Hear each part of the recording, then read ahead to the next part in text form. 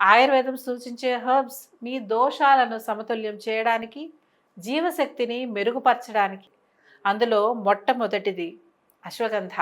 ఆయుర్వేదంలో అత్యంత ప్రసిద్ధి చెందిన హెర్బ్ ఏదన్నా ఉంది అంటే అది ఖచ్చితంగా అశ్వగంధ అని చెప్పవచ్చు.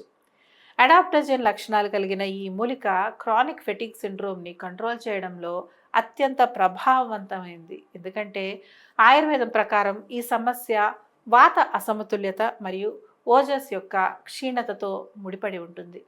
కానీ ఈ అశ్వగంధ నాడీ వ్యవస్థను బలపరుస్తుంది, వాత దోషాన్ని సమతుల్యం చేస్తుంది మరియు ఓజస్సును పెంచుతుంది. ముఖ్యంగా స్థితిస్థాపకత మరియు శక్తిని ప్రోత్సహిస్తుంది.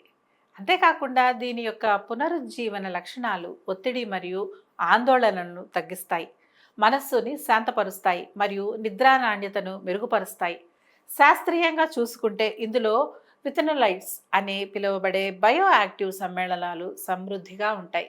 ఇవి ఇన్ఫ్లమేషన్ మరియు ఆక్సీకరణ ఒత్తిడిని ఎదుర్కోవడంలో ప్రభావవంతంగా ఉంటాయి.